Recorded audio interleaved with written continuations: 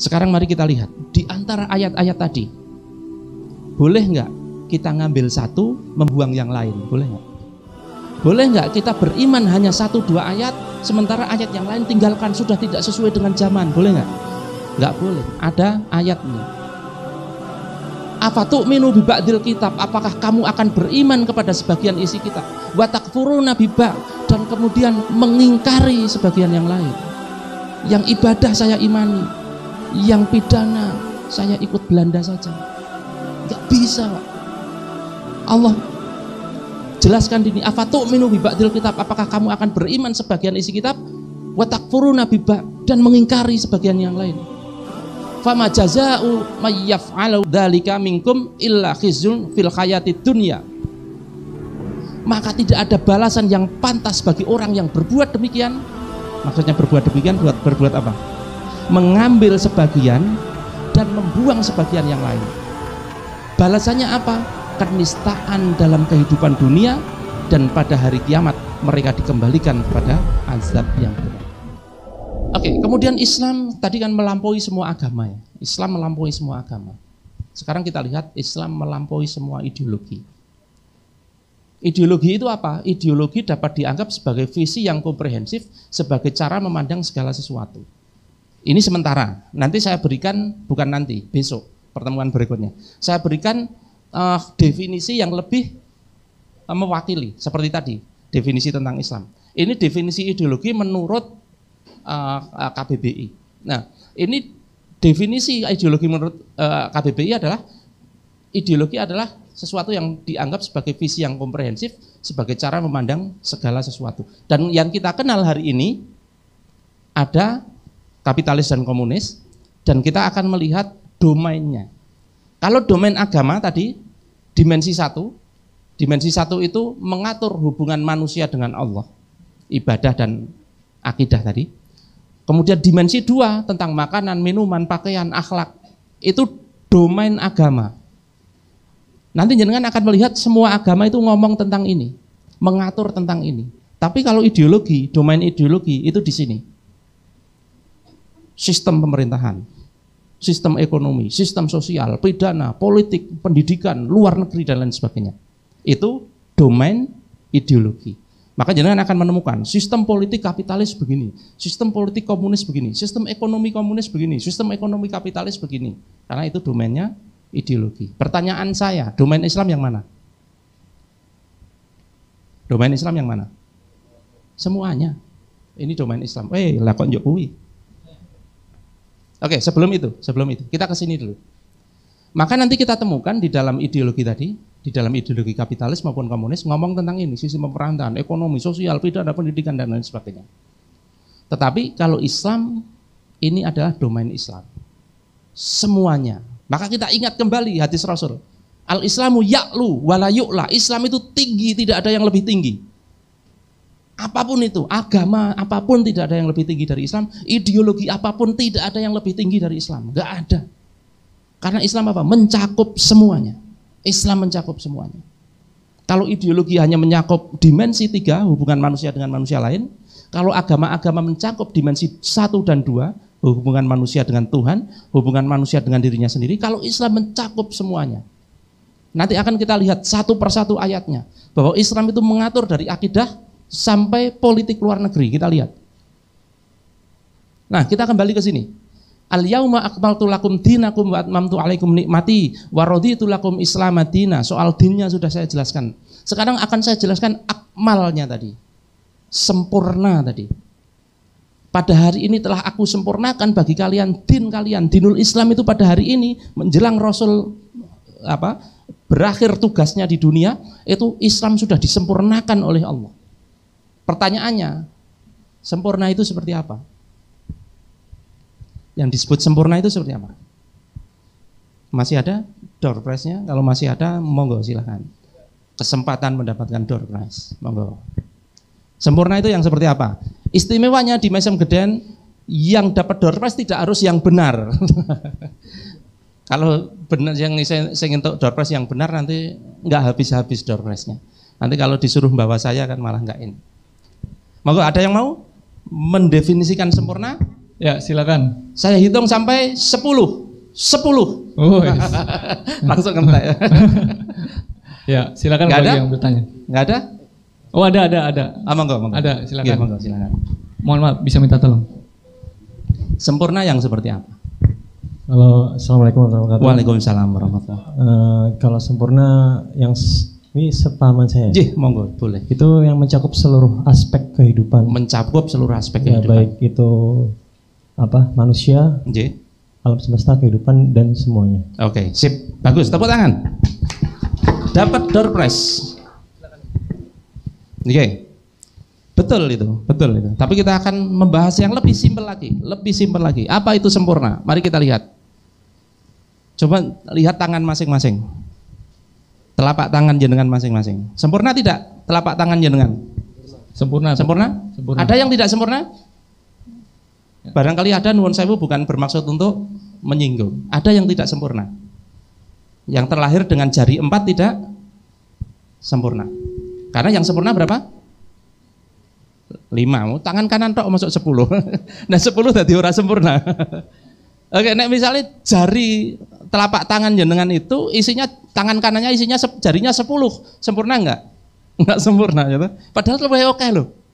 Jadi sempurna itu tidak kemudian lebih banyak, itu tidak selalu begitu ya. Sempurna itu pas, itu sempurna. Maka kita disebut terlahir sempurna itu ketika jari kanan kita itu 5. Kalau berkurang dari 5 tidak sempurna, kalau lebih dari 5 juga tidak sempurna. Yang sempurna berapa? 5, pas. Maka yang sudah sempurna ini jangan ditambah-tambahi. Kalau ditambahi jadi nggak sempurna lagi. Oh, Islam itu harus disempurnakan dengan tradisi Nusantara. Enggak Pak, enggak perlu Pak. Malah jadi orang sempurna gitu. Karena sudah sempurna, masa Allah perlu disempurnakan? Gitu? Allah perlu disempurnakan oleh manusia yang tidak sempurna, kan tidak logis. Allah itu sudah sempurna dengan ketika memberikan dinul Islam ini sudah sempurna. Sempurna itu pas. Tidak kurang, tidak lebih. Kita sering menyebutnya kalau lebih dilebih-lebihi itu namanya apa tadi disebutkan? Bid'ah. Tapi nanti perlu pembahasan lebih detail ya. Tidak semuanya juga terus dibid'ahkan. Nganggo mic bid'ah, gitu kan? Nganggo handphone bid'ah enggak seperti itu. Mari kita lihat berikutnya. Nah, ini kepada yang barusan disampaikan Mas siapa tadi? Mas Zulfa. Bahwa sempurna itu mencakup semuanya. Yang cukup tadi, dimensi 1, dimensi 2, dimensi 3 tadi, itu sudah mencakup seluruh yang dibutuhkan manusia. Nah, ini yang kita sebutkan tadi. Syariat Islam itu sudah mencakup seluruh elemen kehidupan manusia. Dimensi 1, hablum minallah, kita mengenalnya begitu, mengatur hubungan kita dengan Allah. Hablum minan nafs, mengatur hubungan kita dengan diri kita sendiri. Dan hablum minan nas, mengatur hubungan kita dengan manusia yang lain. Hablum minallah, dimensi 1, hablum minan nafs, dimensi kedua, hablum minan nas, dimensi ketiga. Dan Islam sudah meliputi itu semua. Dimensi 1, hablum minallah, itu isinya adalah akidah.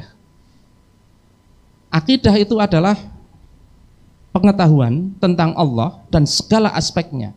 Dan seluruh turunan-turunannya, termasuk Al-Quran, termasuk Rasulullah, termasuk hari akhir, termasuk qada qadar yang kita bahas kemarin, itu akidah.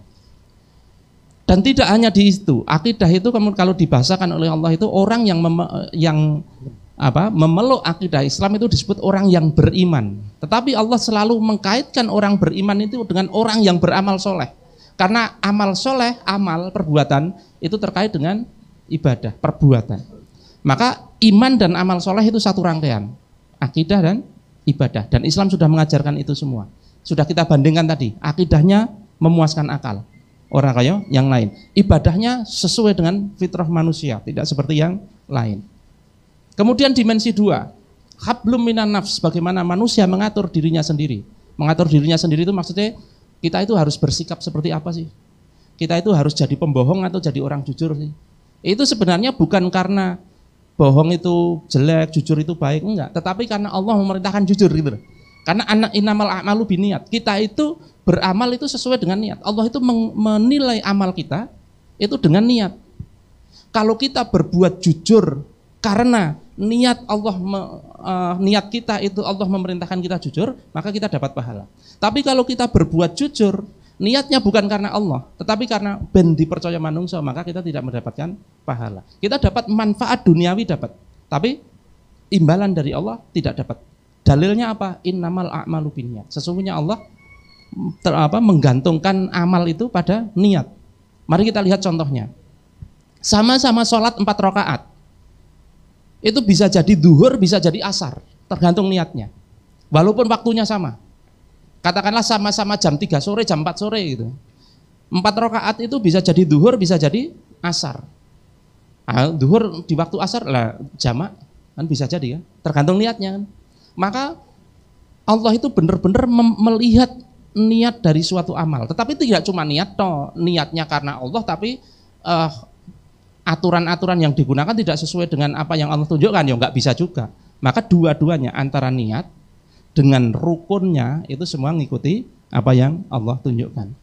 Nah, kembali lagi kepada akhlak yang kita bahas tadi. Kita berbuat jujur itu bukan karena jujur itu mendatangkan hal positif bagi kita, tetapi karena Allah memerintahkan kita jujur.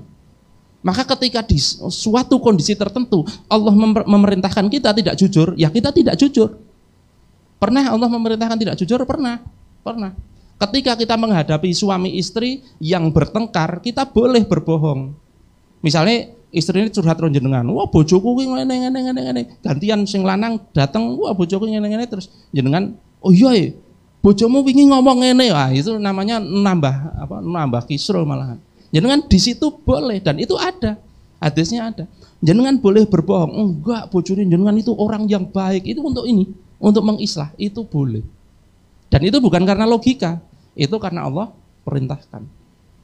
Akhlak itu apa? Akhlak itu bukan semata-mata mengikuti standar hukum positif barat. Enggak, Pak. Akhlak itu adalah syariat. Ada aturannya semua. Contoh lainnya. Yang baik itu sabar atau marah.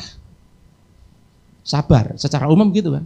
Tidak melulu gitu. Kalau Allah perintahkan sabar ya kita sabar, misalnya ketika kita mendapat musibah. Tapi kalau Allah perintahkan marah ya kita marah. Kapan? Ketika agama Allah dihinakan. Ketika Islam dilecehkan. Itu tidak ada perintah kok sabar, nggak ada.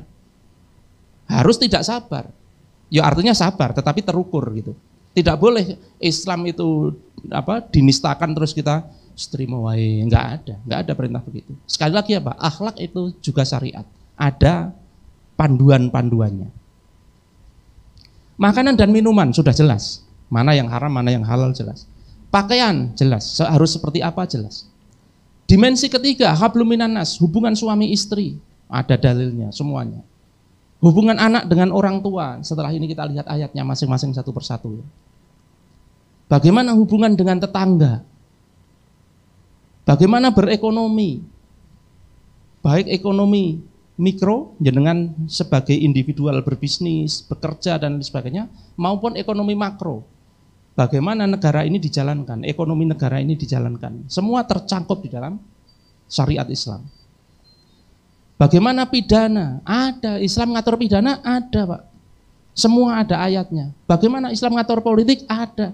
Bagaimana Islam mengatur hubungan internasional? Ada semuanya. Mari kita lihat sekarang satu persatu. Syariatnya itu sudah mencakup seluruh elemen kehidupan manusia. Mari kita lihat. Dimensi 1, hablum minallah dalam bidang akidah. A'udzubillahi minasyaitonir rajim. Amanar rasulu bima unzila ilaihi mir rabbihi wal mu'minun. Telah beriman Rasul telah beriman bima unzila ilaihi dengan apa yang diturunkan kepadanya mir rabbihi dari Tuhannya wal mu'minun. Diturunkan kepada Rasul dan kepada orang-orang beriman. Kulun amana billahi wa malaikatihi wa kutubihi wa rusulihi.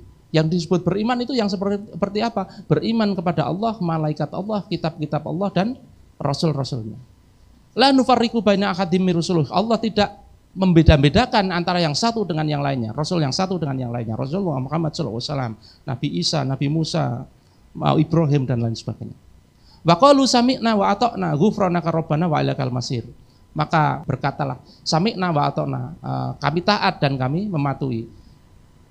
Ghufranaka rabbana wa ilaikal masir, ya Allah, ya Tuhan kami, ampunilah kami dan kepadamulah tempat kami kembali. Al-Baqarah 285. Ini ayat tentang akidah. Tentu saja masih ada ayat-ayat yang lain. Ini saya hanya ambilkan salah satunya. Oke, sekarang tentang ibadah. Ayat tentang ibadah. Wa aqimus shalah wa atuz zakah warka'u marrokin dan seterusnya. Perintah tentang sholat dan zakat. Al-Baqarah 43. Ya ayyuhalladzina amanu kutiba alaikumusiyam. Wahai orang-orang yang beriman, diwajibkan kepada kalian siam, puasa Ramadan maksudnya. Detailnya dijelaskan di dalam sunnah Rasul. Di dalam Al-Quran cuma menyebutkan kutiba alaikumusiyam. Nah, detailnya dalam perbuatan Rasul. Kemudian wa atimul hajj wal umrata lillah, dan sempurnakanlah haji dan umroh. Semuanya ada ayatnya tentang ibadah tadi. Sekarang hablum minan nafs. Tadi dimensi pertama ya, akidah dan ibadah. Kita lihat dalil hablum minan nafs, bagaimana Allah mengatur hubungan kita dengan diri kita sendiri. Ini perintah tentang berbuat jujur. Ya ayyuhalladzina amanu ittaqullah wa kunu ma'as shodihin. Wahai orang-orang yang beriman, bertakwalah kepada Allah dan bersamalah kamu dengan orang-orang shodiq, orang-orang yang benar, orang-orang yang jujur. Shodiq itu gelarnya Abu Bakar. Abu Bakar As-Siddiq, orang yang tidak pernah berbuat kesalahan, orang-orang yang selalu berbuat benar, apapun yang dikatakan termasuk yang benar. Yang disebut berkata yang benar itu jujur. Itu bagian dari perintah berakhlak yang benar. Kemudian ini dalil tentang syariat berkaitan dengan makanan. Innama harama alaikumul maitata. Sesungguhnya diharamkan kepada kalian maitata, bangkai, wadama, darah, walahmal khinjir, dan daging babi. Ini unik, saya selipkan sedikit ya soal daging babi. Di Arab itu nggak ada babi. Sampai Rasulullah meninggal nggak pernah lihat babi. Tetapi dapat pengharaman babi. Dan nggak pernah di Arab ada babi. Ini menunjukkan apa? Bahwa syariat Allah itu mencakup seluruh kehidupan manusia, tidak hanya yang dialami Rasul.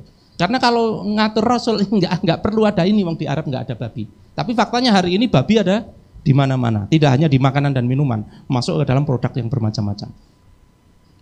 Wa ma uhilla bihi li ghairillah, dan apa-apa yang disembelih tanpa nama Allah menjadi tidak halal. Ini syariat yang mengatur tentang makanan-makanan apa yang boleh dan makanan-makanan apa yang tidak. Kemudian tentang pakaian. Ya ayuhan nabiyyu, wahai nabi, qul li azwajikum, katakanlah kepada qul li azwajika, katakanlah kepada pasanganmu, wabanatika, dan anak-anak perempuanmu, wa nisa'il mu'minina, dan perempuan-perempuan beriman, yudnina alaihinna min jalabihinna, maka hendaklah tutupkan alaihinna, kepada seluruh badannya, min jalabihinna, yaitu hijabnya. Ini perintah pakaian. Kita menuju ke dimensi ketiga yang mengatur hablum minan nas, hubungan manusia dengan manusia yang lain. Yang pertama, hubungan suami istri dan anak orang tua. Wal walidatu yurdina auladahunna haulaini kamilaini liman arada ayyutimma radha'ah. Dan ibu-ibu hendaklah menyusui anak-anaknya selama 2 tahun penuh bagi yang ingin menyusui secara sempurna.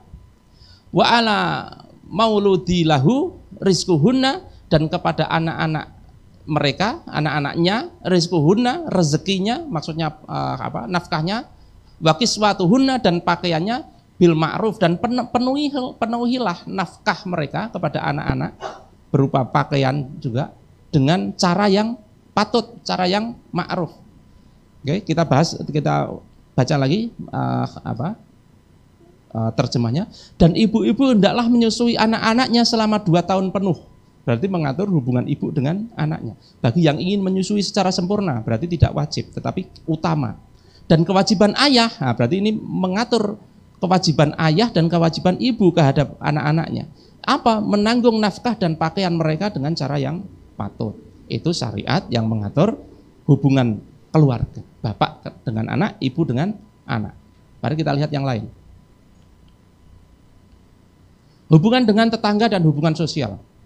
Wa'budullah wa la tusriku bihi syai'an. Dan mengabdilah atau beribadah atau sembahlah Allah wala tusyriku bihi syai'an, dan janganlah mensekutukan dengan segala sesuatu. Wabil walidaini ihsana, dan berbuat baiklah kepada kedua orang tuamu. Berarti mengatur hubungan anak dengan orang tua. Wabidil kurba wal yatama wal masakin. Nah, ini mengatur hubungan karib kerabat, anak yatim dan orang miskin. Wal jari dzil kurba wal jaril junubi was-sahibi bil jambi wabnis sabil, dan kepada tetangga dekat dan tetangga jauh, teman sejawat dan ibnu sabil. Wama malakat aimanukum, dan hamba sahaya kalian, orang-orang yang berada di bawah kalian. Innallaha la yuhibbu man kana muhtala fakhura.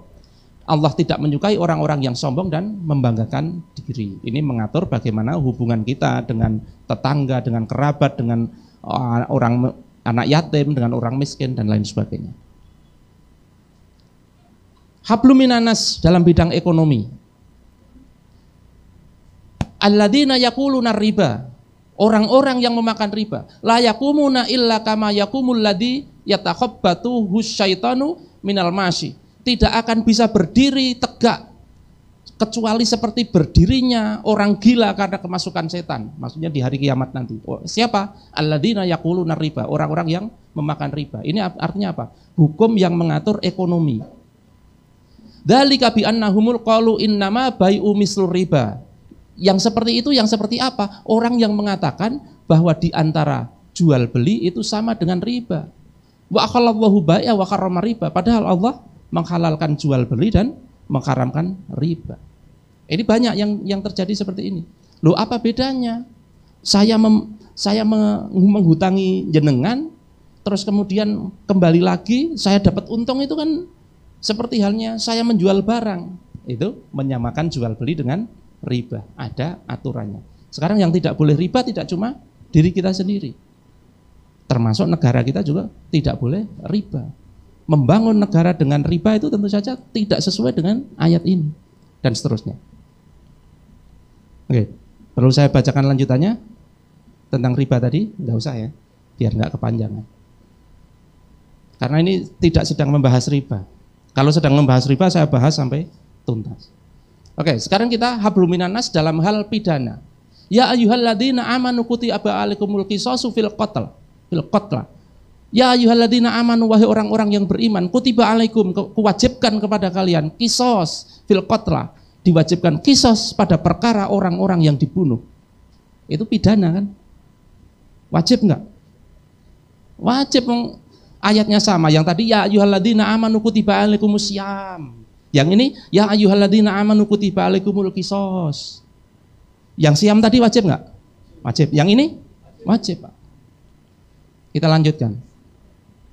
Wasyariku wasyariqatu faqta'u aydiyahuma. Faqta'u wasyariku, pencuri laki-laki, wasyariqatu, pencuri perempuan, waqta'u, potonglah aydiyahuma, tangan keduanya. Jadi pidana bagi pencuri sudah diatur Allah. Wah, itu sudah tidak sesuai. Berarti Islam tidak sesuai dengan zaman. Islam tidak harus sampai akhirat, tidak sampai kiamat. Padahal Allah mengutus Rasulullah Muhammad SAW sampai kiamat di seluruh bagian bumi. Tidak ada satu keping tanah di bumi pun yang dilarang menerapkan syariat. Yang wajib harus wajib, yang haram harus haram. Kan begitu. Oke? Az-zaniyatu waz-zani fajlidu, pezina perempuan dan berzina laki-laki, fajlidu, jilidlah, jilid itu cambuk bagi yang ghairu muhsan. Kalau yang muhsan, rajam. Kullu wahidin minhuma, setiap masing-masing dari keduanya, mi'atan jaldatin, 100 kali cambukan bagi yang ghairu muhsan. Berarti apa ini? Pidana. Hablum minanas dalam bidang politik. Ya ayyuhalladzina amanu la tattakhidul ladzina takhadhu dinakum huzwa. Wahai orang-orang yang beriman, la tattakhidu alladzina takhadhu dinakum huzwa. Janganlah orang-orang yang beriman menjadikan pemimpin orang-orang yang membuat agamamu menjadi bahan ejekan. Pemimpin itu kan urusan politik. Ada syariatnya, ada. Tidak boleh menjadikan orang yang membuat dinul Islam ini sebagai ejekan, sebagai pemimpin bagi kalian. Walaiban minalladzina utul kitab min qablikum, dan janganlah menjadikan tadi orang-orang yang diberi kitab sebelum kamu, yaitu Yahudi dan Nasrani, sebagai orang-orang yang memimpin kalian.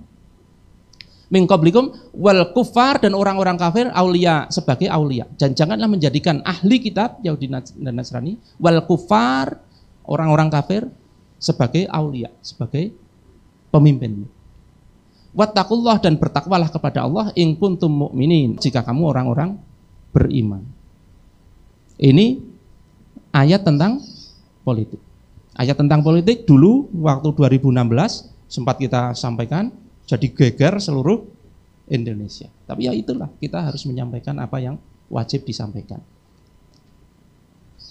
Apa yang disampaikan di dalam dakwah itu adalah apa yang harus disampaikan, bukan apa yang ingin didengar jamaah.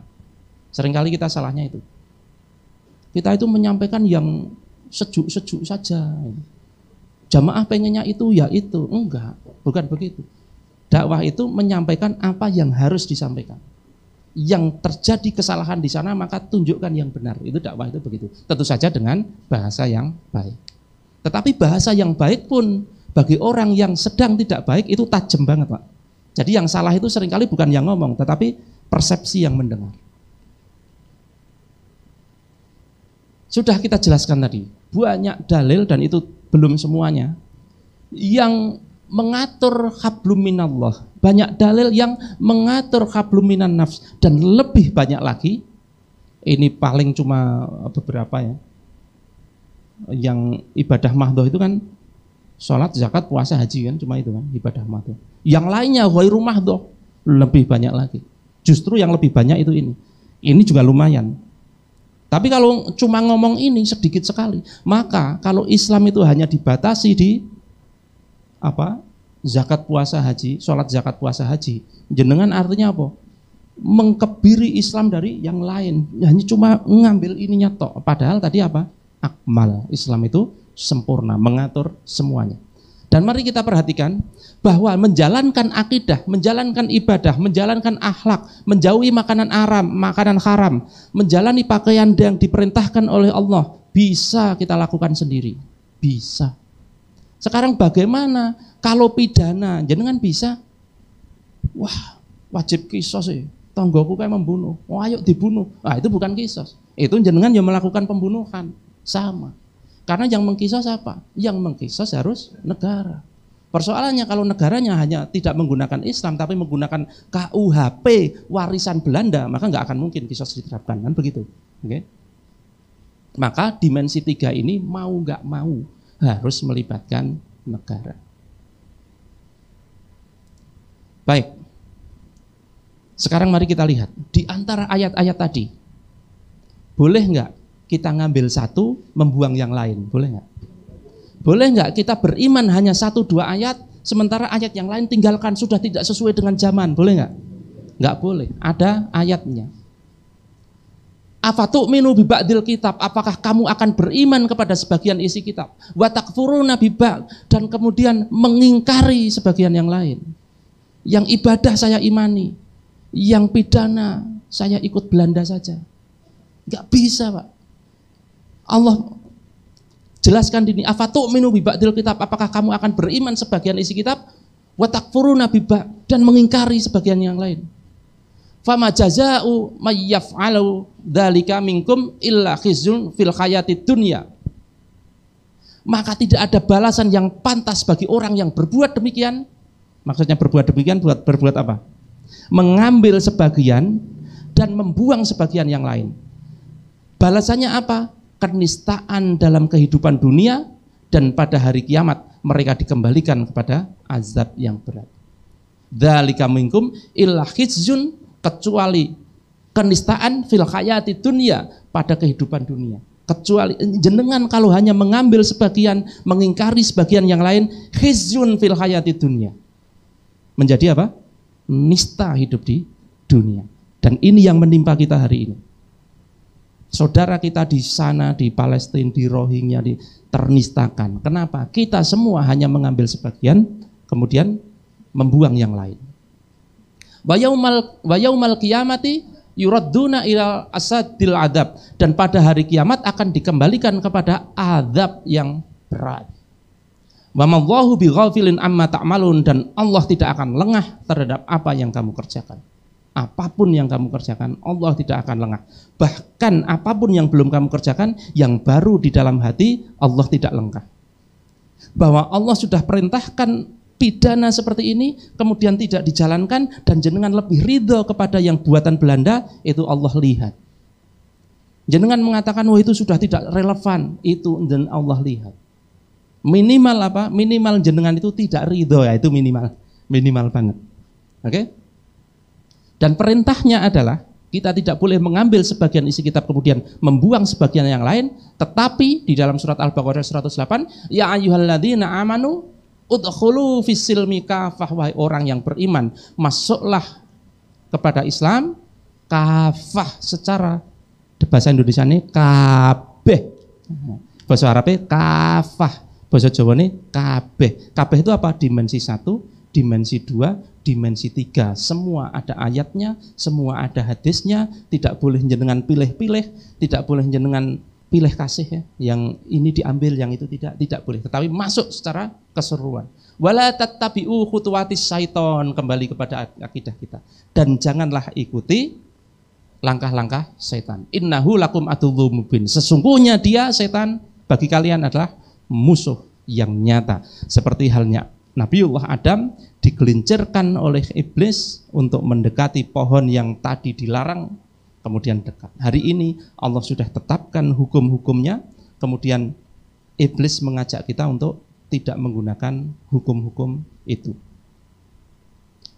Nah, bagaimana soal perbandingan antara dinul Islam dengan ideologi kapitalis dan komunis di dimensi 3 akan kita bahas di pertemuan selanjutnya. Seperti halnya kita membandingkan tadi akidah Islam dengan akidah Hindu, akidah Islam dengan yang lain, kita besok akan bahas akidah Islam dengan akidah kapitalis. Jangan dipikir kapitalis nggak ada akidahnya.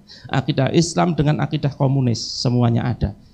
Aturan komunis tentang pidana dengan aturan Islam tentang pidana. Aturan ekonomi menurut kapitalis dan aturan ekonomi menurut Islam, semuanya jelas bisa dibandingkan insya Allah di pertemuan ke depan. Allahu a'lam. Monggo saya kembalikan kepada Duo Dimas untuk memandu diskusi. Monggo.